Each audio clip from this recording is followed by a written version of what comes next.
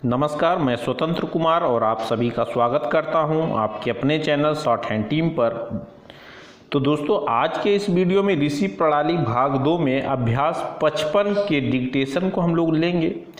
पहली बार में हम लोग इस डिक्टेशन को 40 शब्द प्रति मिनट की गति से लिखेंगे। दूसरी बार में जब हम लोग इसे लिखेंगे तो 60 शब्द प्रति मिनट की गति से, और तीसरी और आखिरी बार में हम लोग इसे 80 शब्द प्रति मिनट की गति से लिखेंगे।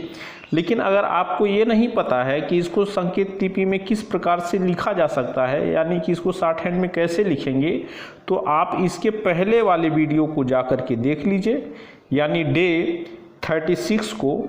तो उसमें हमने एक एक शब्द के आउटलाइन को लिख करके बताया है। तो आपके डिक्टेशन लिखने का जो समय स्टार्ट होगा वो होगा 5 सेकंड के बाद। तब तक के लिए आप रेडी रहें।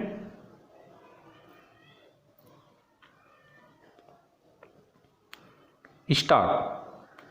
प्रोफेसर मोहनलाल जी ने कॉलेज यूनियन की सभा में स्त्री स्वतंत्रता का प्रस्ताव उपस्थित करते हुए कहा,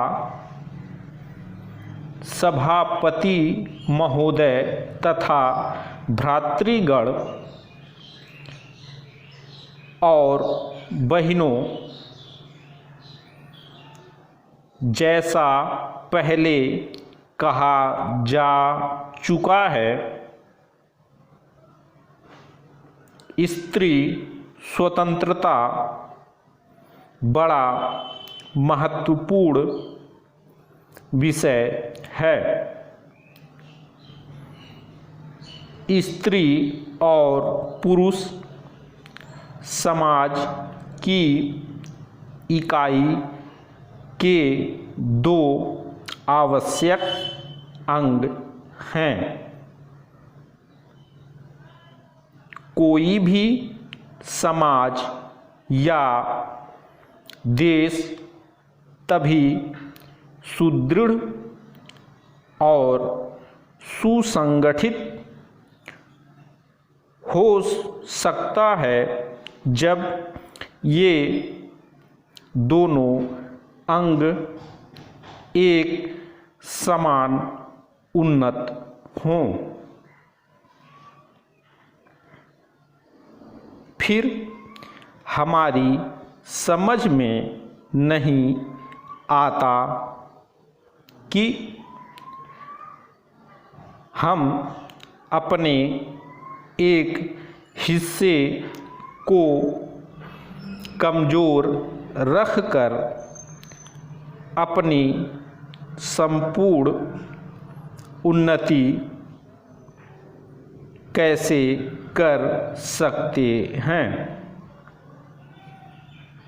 इतने वर्ष के अनुभव और अध्ययन के बाद तो मुझे यह निश्चय हो चुका है कि जब तक हमारी माताएं और बहनें पुरुषों की तरह सुशिक्षित और स्वस्थ न होंगी, तब तक समाज तथा देश की यथार्थ उन्नति न हो सकेगी। हमें यह सुनकर दुख होता है कि कुछ पुराने विचार के लोगों को केवल लड़कों की शिक्षा की आवश्यकता मालूम होती है, किंतु लड़कियों की शिक्षा कतई जरूरी नहीं मालूम होती। परंतु जैसा कि हम ऊपर कह चुके हैं, स्त्री पुरुष समाज के दो आवश्यक अंग हैं। एक ही गाड़ी के दो पहिए हैं। अतः हमें इस बात का ध्यान रखना चाहिए कि समाज रूपी गाड़ी को सुचारू रूप से चलाने के लिए दोनों पहियों का एक सा ठीक रखना परम आवश्यक है। यह हो ही कैसे सकता है कि एक चाक टूटा हो फिर भी गाड़ी ठीक चले। यदि यह मान भी लिया जाए कि स्त्रियां पुरुषों की अपेक्षा कमज़ोर रहती हैं,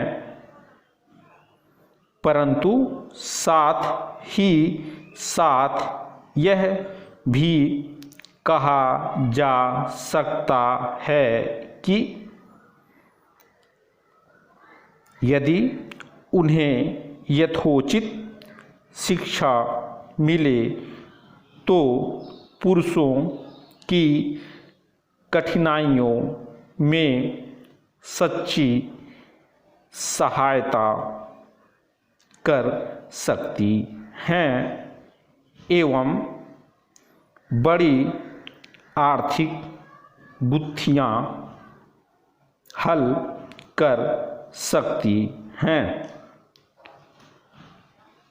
यह पुरुष की स्वार्थपरता है कि वह उन्हें उन्नति नहीं करने देता, क्योंकि अगर ऐसा हुआ तो वह उन्हें अपनी कठपुतली बनाकर न रख सकेगा।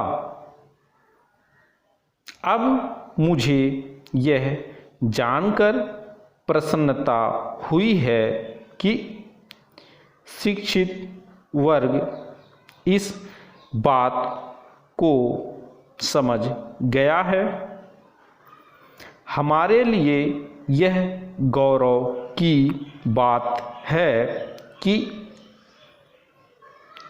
हमारे शहर में ऐसी कई कन्या पाठशालाएं खुल रही हैं जो कुछ समय तक ही नहीं वरन बहुत समय के लिए समाज की सेवा करेंगी। मैं तो पहले ही कहता था कि स्त्री शिक्षा देश के लिए बड़े महत्वपूर्ण और गौरव की बात है,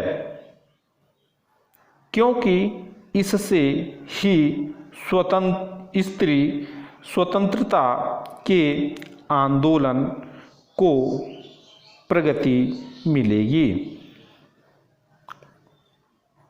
इसके बाद एक महाशय ने खड़े होकर कहा कि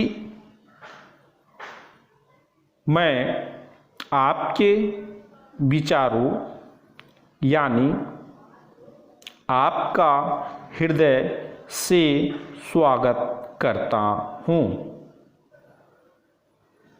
और साथ ही आपके प्रस्ताव का समर्थन करता हूँ। दूसरे सज्जन ने कहा कि मैं आपके प्रस्ताव का अनुमोदन करता हूँ। फिर वोटिंग होने के बाद सभापति महाशय ने कहा कि यह प्रस्ताव सर्वसम्मति से स्वीकृत हुआ अथवा सर्वसम्मति से पास हुआ। स्टॉप। दोस्तों, बीच में स्टॉप वॉच बंद हो गया है, लेकिन जो आपकी गति थी डिक्टेशन की वो 40 शब्द प्रति मिनट की ही थी। दोस्तों, इसी डिक्टेशन को पुनः हम लोग 60 शब्द प्रति मिनट की गति से लिखेंगे। तो आपके डिक्टेशन लिखने का जो समय स्टार्ट होगा वो होगा 5 सेकंड के बाद। तब तक के लिए आप रेडी रहें।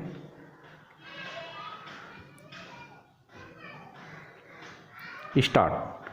प्रोफेसर मोहनलाल जी ने कॉलेज यूनियन की सभा में स्त्री स्वतंत्रता का प्रस्ताव उपस्थित करते हुए कहा, सभापति महोदय तथा भ्रातृगण और बहनों, जैसा पहले कहा जा चुका है, स्त्री स्वतंत्रता बड़ा महत्वपूर्ण विषय है।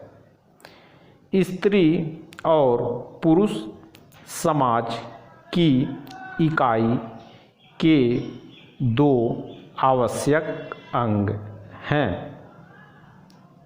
कोई भी समाज या देश तभी सुदृढ़ और सुसंगठित हो सकता है जब ये दोनों अंग एक समान उन्नत हों। फिर हमारी समझ में नहीं आता कि हम अपने एक हिस्से को कमज़ोर रखकर अपनी संपूर्ण उन्नति कैसे कर सकते हैं।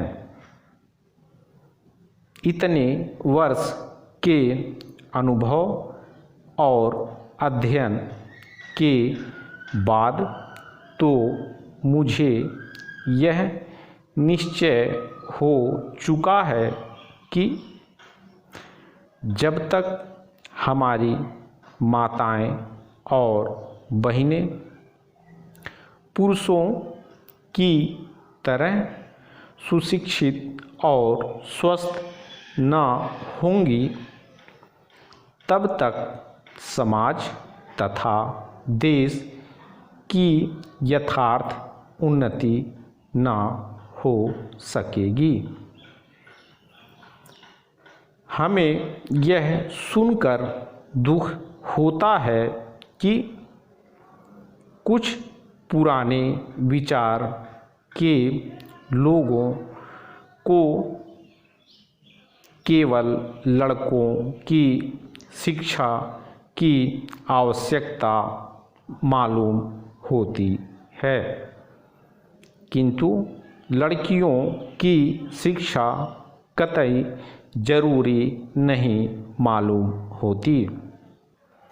परंतु जैसा कि हम ऊपर कह चुके हैं, स्त्री पुरुष समाज के दो आवश्यक अंग हैं।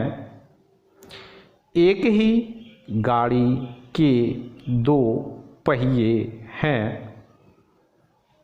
अतः हमें इस बात का ध्यान रखना चाहिए कि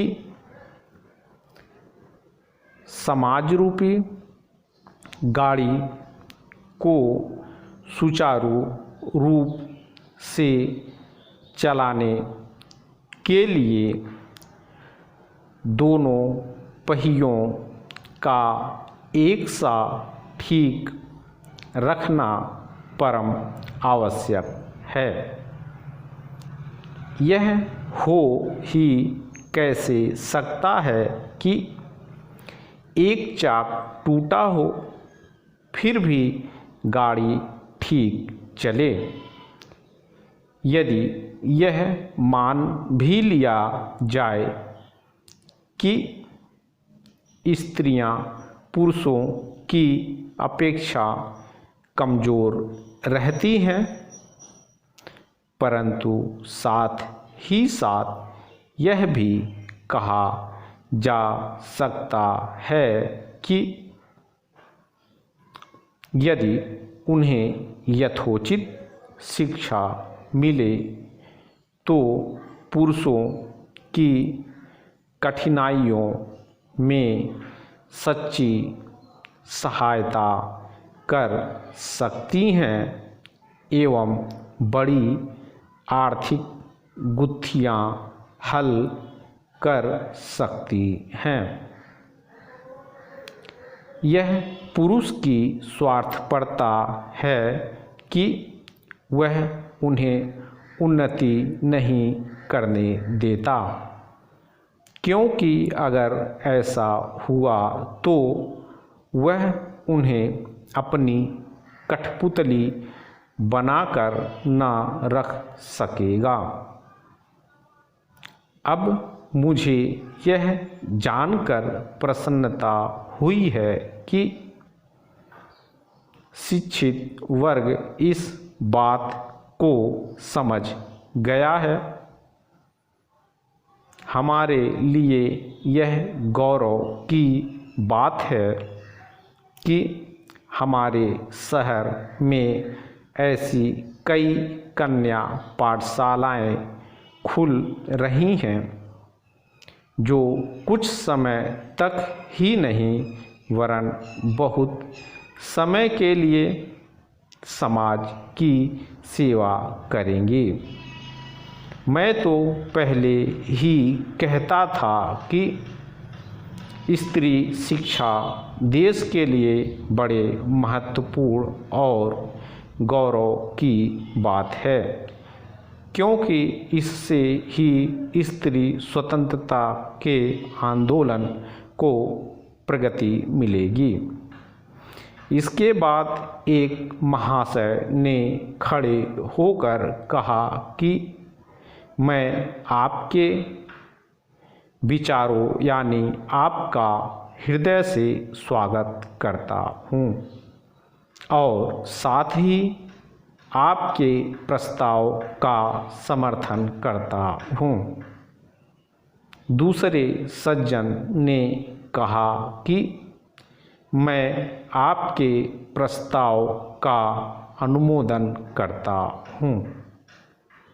फिर वोटिंग होने के बाद सभापति महाशय ने कहा कि यह प्रस्ताव सर्वसम्मति से स्वीकृत हुआ अथवा सर्वसम्मति से पास हुआ। स्टॉप।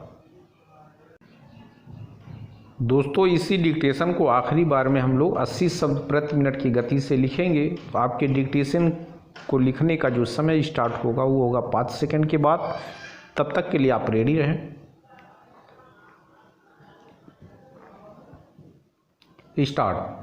प्रोफेसर मोहनलाल जी ने कॉलेज यूनियन की सभा में स्त्री स्वतंत्रता का प्रस्ताव उपस्थित करते हुए कहा, सभापति महोदय तथा भ्रातृगण और बहनों, जैसा पहले कहा जा चुका है, स्त्री स्वतंत्रता बड़ा महत्वपूर्ण विषय है।